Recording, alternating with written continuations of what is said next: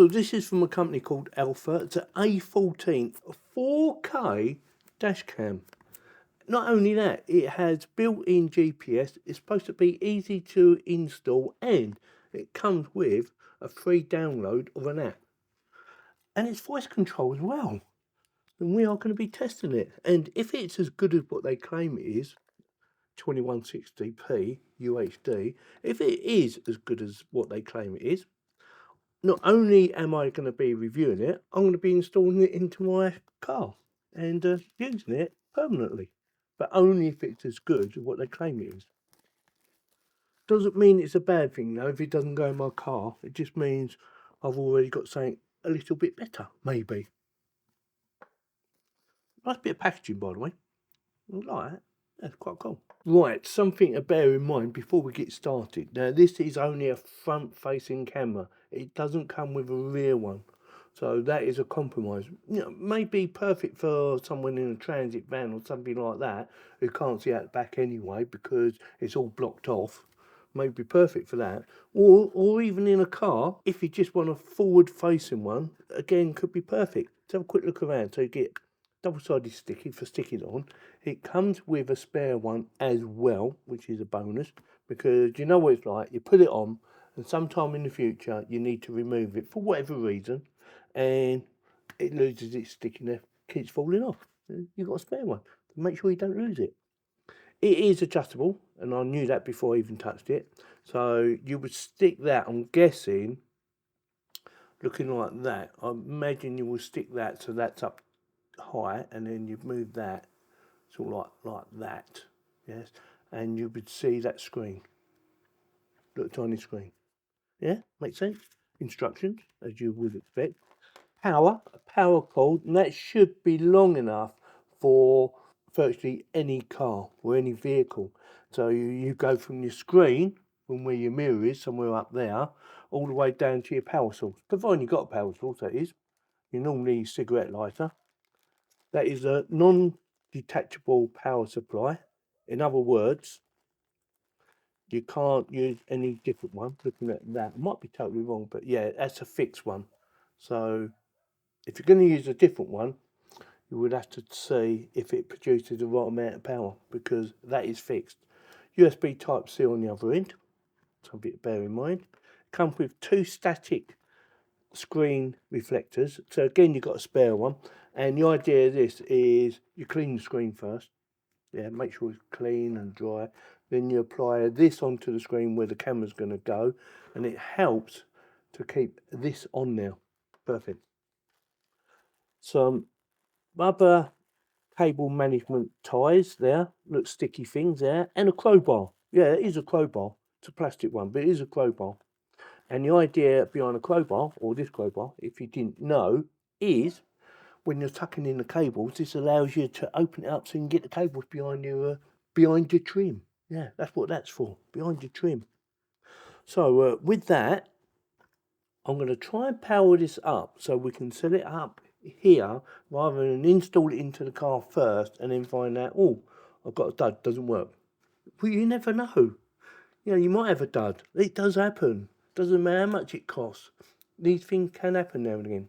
So give me a second while I power up or get some power. Hopefully she works.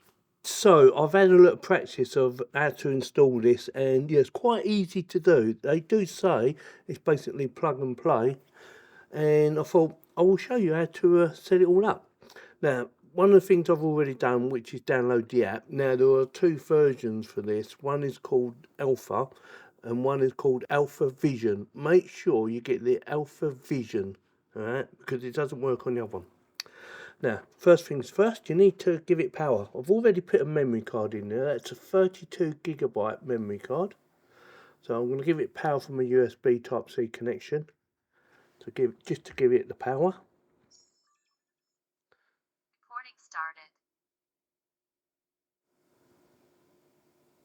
So it's recording. Now I want Wi-Fi. Wi-Fi is on. So go into your Wi-Fi settings. Wait for it to pop up. Now A14, mine's already set up, but it should be quite easy to do. You just need to put your password in for your Wi-Fi, and you also need to put in the password for that, which is on this one 128. So 1 2 3 4 5 6 7 8. Simple enough, just to make it connect, and that should be it. Now, should it come up with a message, do you wish to use, say, Wi-Fi assistant, just decline it, because you don't want to lose connection because it's got no internet. So I'm going to get rid of that. Now get the ARPHA up and make sure it's showing up there that you're connected to the Wi-Fi. There, look, decline. Yeah, make sure you've got A14, in this case, A14, and it's on the Wi-Fi. And it should be good to go. So check real-time video. Give it a few seconds, and voila. That is it. Yes, nice clear picture, by the way. Easy to use, easy to set up. Now, should you wish to change or go into some of the settings, they might not work. Please stop recording first, yeah? Audio recording. Please, yes, so you need to stop it. Like I said, I've had a little play about it. Not much, but I've had a little play about it. As you can see, I've done a few little trial videos. Now, it started recording. Now, you can also go into settings up the top here, but again, you need to stop recording. You need to stop recording just to go into settings. Now you have video resolution, which is set on 3K, so 3840 by 2160, and you can reduce that if you wish. So video recording done. Loop recording is set for 1 minute. I am actually going to change that to 3 minutes because I prefer a little bit longer than the recordings rather than the 1 minute. So that's changed. Wide dynamic range is on. Exposure, I've left that alone, and I believe that's set on just above the 0. It was set on 0, 0 or 0.0, and I changed it to plus 0.3, just for me. G sensor, mine's on low because I'm playing about with it and it keeps going off. Parking mode, please make sure that the device is connected. Now you will need permanent power for that on the parking mode. Time-lapse parking mode, working time, again you need constant power, which we don't have. Fatigue driving, that is turned off, but you can do 1 2 4 and it will just give you a reminder that you need to take a break, basically. Screensaver, I haven't touched nothing on screensaver. Screensaver's off. I think it goes off after a little while anyway. It's only a little clock in that and some symbols to show you got, like, for instance, you've got Wi-Fi and stuff like that. Volume control, hopefully that's obvious. A boot ringtone is on. A voice control is on, and I'll go through that in a second. Voice command, and there are the options for you to tell it what to do. Now, should you turn off the Wi-Fi, you will have to tell it, when you tell it to go back on, you will have to go back into the settings and change it to the right Wi-Fi. I would generally leave that alone. I have been trying that. Video recording has been turned on. Wasn't me, I didn't turn it on. Go back there again. Stop recording. Go back into settings. Screensaver volume, we have done that yet. Voice control, voice commands, frequency. We are on 60 Hertz. Daytime format, I haven't touched this, but you have year, month, day, year, day, month, year. That's the one I would prefer. I'm going to change that right now, actually. That's done. Easy, like I said, it's very easy. Speed units, you've got miles per hour or kilomiles. I've gone, or kilometres. I've gone for kilometre? Kilomiles. I've gone for miles per hour. Where are we? Speed, GPS is on. Not sure how that works, but it does work because I've seen it coming up somewhere. Date and time. Logo is on. Model is on. GPS information. Haven't touched that. You should get something come up there once we start using it properly, hopefully anyway. Settings, so you have synchronized time, SD card information, format SD card. Now it does say you should format the card for the first time when you're going to be using it, and it doesn't take long. Wi-Fi shows you the model number, it shows you the password, and you can enter a new password, which I'm not going to do for now. Default settings and firmware, and that is it in there. Now the commands, I'm going to have a quick go and try and show you, or try and get it to do one. Take a picture. Take a picture. Oh, it took a picture. Did you hear it? Just do it again. Take a picture. Now, it does say it's 90% accurate. It will occasionally either hear something and think you're telling it to do something. So you might want to turn it off, or you might be telling it to do something and it doesn't do it. So it might take a little bit of time for it to work, but it does work. I'm going to do it one more time. Take a picture. So it works. Brilliant. So that's basically a setup. Now I need to do some footage, so I'm going to do an installation. I'm only going to be running the cable straight down rather than fitting it all in, just to give it a test, make sure I'm happy with it and that it works. So let's set her up, shall we? So I've been playing about with it for a few days now, and yeah, it seemed to work just fine. Some people might be disappointed in the night vision, but I thought it was okay. And the reason they might be disappointed because you can't always read the number plate, especially if you've got lights coming towards you, or even lights going away from you, or even if you're overtaking. It's very difficult to actually read number plates on a vehicle, whether it be a car, a lorry, or anything like that, at night time. Daytime, well, that's another matter. Because there's no lights blinding the actual camera itself, it seems to be fine. Yeah, nice and clear. You do need to be obviously quite close, but you can zoom in if you download the video. Say for instance onto your PC or onto your phone, you can zoom in if you know how to, that is. Some of the things I do like, as well as the actual camera itself, and that is the voice control, and that seems to work reasonably well, or at least 90% of the time anyway. Sometimes you have to say it more than once, like take a picture.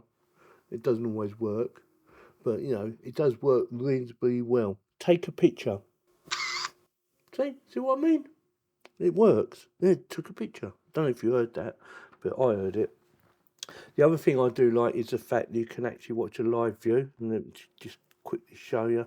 You can actually watch a live view. It's doing an emergency video now because it thinks it's in an accident, moving about. But look how clear that is.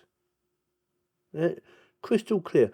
No adjustments for colouring or anything like that needed. I haven't really played about the settings. I just went in there and had a quick look.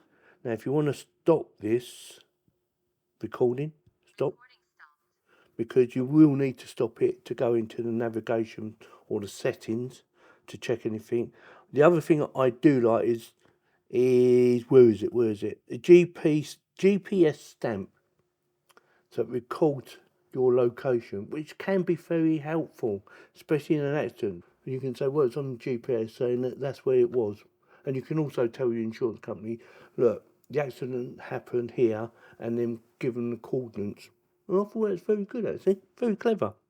Easy to format the card. It does say it takes up to 128GB memory card. Doesn't come with a memory card, so you might be a little bit disappointed on there. I think 32 gig or 64 gig memory card should be good enough. I've got one in there at the moment. I will take it back out because I'm not leaving it in here, because I've decided not to use it. And the only reason I'm not using it, not because there's something wrong with it, is purely for the fact I like to have two cameras in my car. One at the front, one at the back, and this is only one camera. I also like the actual display. It shows a nice clear clock, and it shows some of the things that are active, like the Wi-Fi. Something else to bear in mind: if you want to use your phone, make sure you're in a stationary position and in a safe place for connecting it to your phone. You will have to go into your Wi-Fi first, once you turn the camera on, that is. So once you powered it up, go to your Wi-Fi, select the Wi-Fi for the actual camera, yes, and then close that, go to the app, start the app up, and you should get in straight away. Like so. It's working, yeah, perfect. Yeah, brilliant. emergency video. So I do like that. I haven't actually used it while I was driving. I couldn't see the point of using it while he's driving because you're looking ahead anyway. So why would you want to look at that? It's handy for seeing what's happened or what events have happened if you need to. One of the things you will need if you want parking guard is it needs permanent power. And something else to bear in mind, and that's the same with any dash cam if you're going to use permanent power, it will drain your battery. So make sure you've got quite a good battery. It should be fine. It'll probably be in sleep most of the time, if not all of the time, but you never know. So something to bear in mind. Make sure you've got some sort of backup if you want to go down that road. So yeah, definitely gets my thumbs up. Easy to use. Navigation of the software I thought was excellent. Had no issues navigating around that like I showed you in the video earlier. Very easy to navigate. It just sticks on. I didn't actually use the static sticker things. I just plonked it straight on the actual screen itself because I wasn't sure if I was leaving it on there or not. And then I realised, well, I prefer two cameras, rear one and a front one, obviously. Yeah, easy to do. You can turn the Wi-Fi on and off there. As a reset button if you want to reset to factory default. Don't forget, you should change the password, but I wouldn't imagine anyone would actually go into your settings and change anything anyway. They probably don't even know it's there most of the time, or what model it is, or what the password would be. So you're probably safe to leave it like that, but I would recommend you do it just for your own peace of mind, just in case you need to save a bit of video for evidence for whatever. Also, I found it very easy to transfer the information from the memory card onto my computer, onto my PC, and play back on there again, and no issues. It didn't record it in any format that no one recognises. It recorded it in MP4, so perfect for whether you're playing it on your phone, tablet, PC, Apple. It should just work. Definitely gets my thumbs up. So it's easy to install. It's easy to connect the software to the actual device itself. Hopefully you found my video, my little tutorial, easy to understand. And yeah, as always, I will stick links in the video description in case you want to go and buy one. And if you have any comments or any questions, please post them below. I will try and answer them. And if you like this video or any of my other videos, consider subscribing. It does help the channel keep on growing. And we can only get better. Hopefully, anyway. So with that, if you like this video, you know what to do. Give me a thumbs up, subscribe, click on the bell for notifications, and thank you very much for watching.